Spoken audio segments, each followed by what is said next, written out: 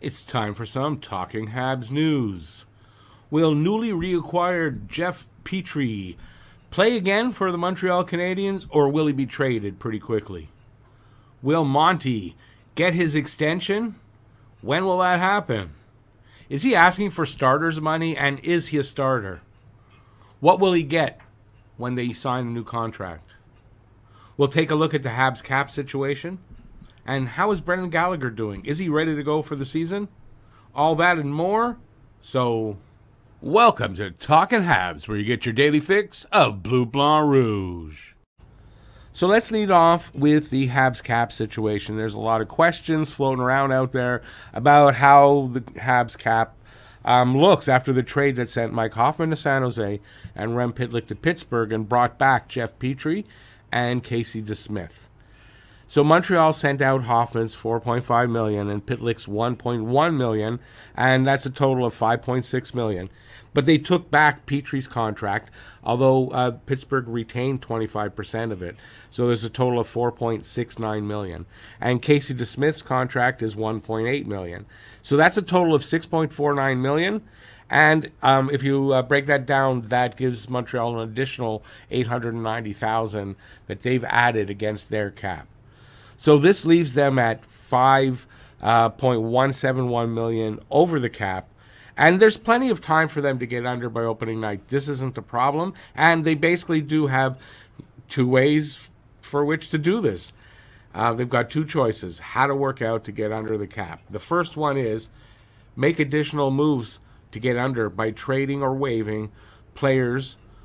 For example, Yoel Armia's $3.4 million. Christian Dvorak's $4.45 million, although he's injured and is going to be starting the season for a little bit on the IR. You can trade newly acquired Casey DeSmith's $1.8 million, or Jeff Petry's contract. And the talk is that Montreal would retain 50% of what's left of the contract to move him, and that would leave $2.34 million for both teams. So Montreal would hold on to $2.34 million for 2 years, and that would make Jeff Petry quite attractive at that price, you would think.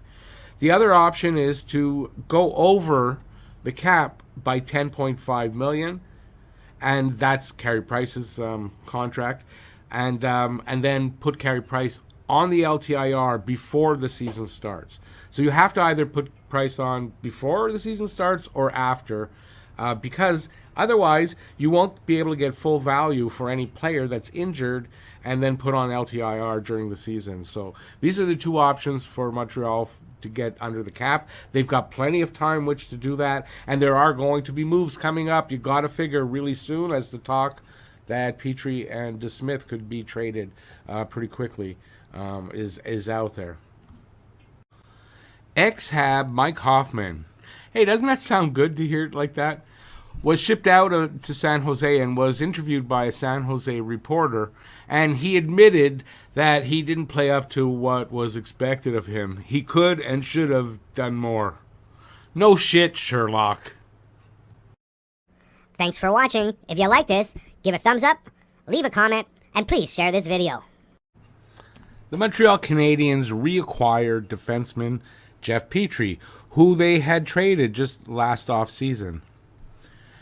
There's rumors floating out there right now that their Canadians are looking to trade Petry again, and also Casey DeSmith, and basically sooner rather than later if they're able to do that.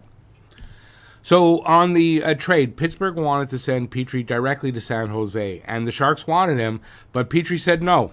He has no movement clause with a 15-team list, and San Jose wasn't on that list. But apparently, they left Montreal on that list. So that's why Montreal got involved, I guess. They needed a third team, and they were on the list, and GM Kent Hughes jumped on it. Petry should be valuable to a lot of teams, especially if Montreal retains. Well, the rumor is 50%, but I say I'd like to see it be 25%, but of his cap hit that's left over after Pittsburgh retained 25%. Now, Petry's experienced. He's a power play quarterback, second wave, top four defenseman. He had 40-plus points 4 years in a row here I think the 4 years leading up to the last season that he was here, he had 31 points in 68 games last season, which was a trying season for him apparently. And at 50% retention, he'll cost the new team just $2.34 million. And if it is 25%, which I'm hoping, it would be $3.5 million. Petry's value would be very high. At that kind of a salary, right? $2.34 million for a defenseman of Petry's stature, I'll say, with just 2 years left on his deal, which is not a lot, and the total isn't going to be a lot. So you got to figure the value there and the attention, or I should say the interest, is going to be very high. Now, the Habs would get a pretty good return, I would think, for that kind of value to a team, like a first round pick. The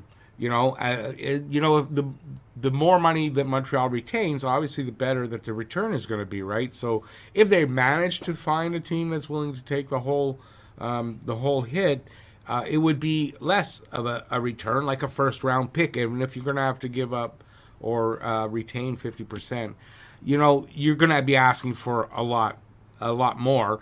And also, by retaining the 50%, it opens the door for the number of suitors that'll come calling, with Montreal in a very strong position to get a maximum, max return. Now, Chicago is a team that could take the full cap hit, and Petry's skill set would be beneficial, you got to think, to a Connor Bedard, to his success in his rookie season. Petry's good on the rush, on the transition. He plays a physical game. There's a lot there that Chicago might be interested in. The return would be less, as I said, with no retention. But they could still get that first-round pick. And, possibly, that would be an awesome... Not possibly. I mean, that would be an awesome return when you consider that it's Hoffman and Pitlick, and you turn that into a first-round pick, when basically nobody was interested in Hoffman. There was nothing they could do with him. It's kind of amazing, and that's a first-round pick and a second that they got in the deal to start with. And who knows, maybe more. Currently, only 5 teams have $5 million or more in cap space. So, really, there's not a lot of options out there. And there's 12 teams that are currently over the cap, with a few more knocking at the door. It doesn't fully put them out of the picture because, they can make moves after to get themselves back under. But there's very few teams that have cap room to take Petry. And that's even at Pittsburgh retaining 25% and then Montreal retaining 50% of what was left. So there is the possibility that Petry hangs around until Montreal can find the deal that they like, with the return that they want. And I don't think they're going to make a deal if they don't get that. Although the rumor right now is that they're trying actively to make this deal happen quickly. He would be their top right side defenseman if he stays, and a top 4 defenseman for sure, with no press conference or social media announcement. And this is 3 days after the trade. So welcoming Petry back to Montreal, you got to figure that something's up on the trade front, and that looks most likely to be what happens. Habs writer Eric Engels was on the Sick podcast a couple days ago with Tony Marinaro, and he feels there's a 65% chance Petry is traded by the start of the season, and a 35% chance that he breaks camp with Montreal. Renaud Lavoie says the Habs want to flip Petry as quickly as possible and as makes sense. So, I'd say more likely he's going to get traded. If Habs trade him, it's an interesting question. If they trade him, could they really be in the position to win 4 Jeff Petry trades? The first one acquiring him from Edmonton for draft picks, if I remember, or for nobody, and getting him the second time, getting him trading him to Pittsburgh for Mike Matheson, and then this current trade that they just reacquired him, and then hopefully wherever they send him, they're going to win that trade. And there's not too many trades so far in Kent Hughes' young GM career that he's lost. Sportsnet reporter Chris Johnson, I think he's a Sportsnet reporter, says Dallas Stars may be interested in trading for him this season. That's kind of vague.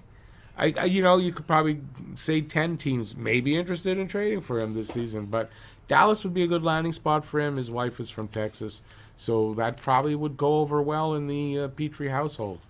Anyway, we're going to find out really soon what happens with Jeff Petry. He's either going to get traded in the next day or two or a week or whatever, or he's going to suit up for the Montreal Canadiens for some amount of time for this season. Brendan Gallagher is newly married and fully healthy and ready for camp. Recently interviewed, he was saying all the right things. Fully healthy and rested, hitting all his goals in the gym, off-season training with fellow NHLers on the ice, wants to be a leader and contribute, and feels he can help and get his game back. So with 4 years left at $6.5 million AAV, you gotta hope he bounces back and stays healthy and has a good full season. If he's able to do that, just maybe GM, the magician, Kent Hughes, will be able to convince a team to take on his contract with no more than, say, 25% retention. With no disrespect to Gally, I hope they can move his contract. It needs to be done. It's just a business. Sam Montembeault is eligible for a contract extension. He wants to sign one, and GM Kent Hughes has said Montreal's open to doing that. Monty wants to sign ASAP, but I think Montreal wants to hold off, and they should, and wait a bit to see how he's playing before they commit. So before I talk about what an extension might look like, I'll go over a quick scouting report on Monty and give you some thoughts on him and his World Championship performance. He'll be 27 on October 30th, so just entering his prime years. He made big strides in his development last season. His overall numbers weren't off the charts, but the team in front of him was a defensive nightmare most nights. Started the season as the backup, and as few could have predicted, he won the starters, or won a role from Jake Allen with some surprising but impressive play. Habs were bad defensively. His .901 save percentage, was a bit impressive. Finished 13th best in goals saved above average per 60 minutes, and held 10th place for a while, a month or more during the season. Some goalies mature late and surprise everyone. Monty's that guy. So his strengths, he's cool and calm and confident. I like his positioning, his puck tracking. It's not perfect yet, but it's getting better, and he made big strides there. He's more compact in his movements, makes less of a spectacular type of saves because his positioning is better and his reads are better. Therefore, he doesn't have to reach as much to make those saves. His lateral movement is much faster and compact, stays deeper in his net, able to react to side passes better, and then controls the front of his net a lot better. So apparently he doesn't want to hit free agency. He wants to resign. It takes away some of his leverage, to command a bit more money in term. Even though I'm hearing he may be asking for starters' money. Apparently this could be one of the reasons we haven't heard a Monty contract signing. He may be asking for starters' money. I have full confidence that Hughes will not overpay Monty, but will sign him to a team-friendly bridge deal to allow Monty the time to prove himself. Starter or backup, we don't know yet, really. Or 1A or 1B, still, we don't know. So the Minnesota Wild's recent signing of goalie Philip Gustafsson make a good comparable contract to a potential deal for Monty. I don't think Monty would command the same money that Gustafsson is getting, but I think it's a good comparable. So Gustafsson in 66 NHL games played, and then last season, the 2022-23 season, 22 wins, 9 losses, and 7 overtime or shootout losses. Had a .210 goals against and a .910 save percentage. They signed him for 3 years, $11.25 million, and that's a $3.75 million AAV. So Monty's last, we'll just look at Monty's numbers. 103 NHL games played so far in his career. 33, 45, and 12. That's his record. 349 goals against and an 896 save percentage. Last season in 2022-23, 40 games played. 16 wins, 19 losses, 3 shootout or overtime or shootout losses, sorry. 342 goals against and a 901 save percentage. Now, not great numbers, but big improvement in the play. Like if you use the eye test, there's no doubt Monty was hugely better last season. In the World Championships, he played 7 games, went 6-1, 142 goals against and a 939 save percentage. So amazing numbers with Carey Price's help in preparing for that. And he won gold at the Men's World Championships, his first international experience and first playoff experience since turning pro. He showed he can win big games on a big stage, and it should help him in negotiating this extension. So, kind of my conclusion on the Monty thing. Monty is the starter, or the 1A, if you want to look at it that way, going into camp, and it's his job to lose. He'll have competition from Jake Allen, no doubt, but also from Casey DeSmith and Caden Primo, who should both be in camp. And I think Dobas probably will be in camp, but I don't think Dobas is going to play. Like, he's bound for the AHL for his first season. I believe in Monty and think he'll continue to establish himself and prove his value. In saying that, I don't think GM Hughes pulls the trigger on a deal too early.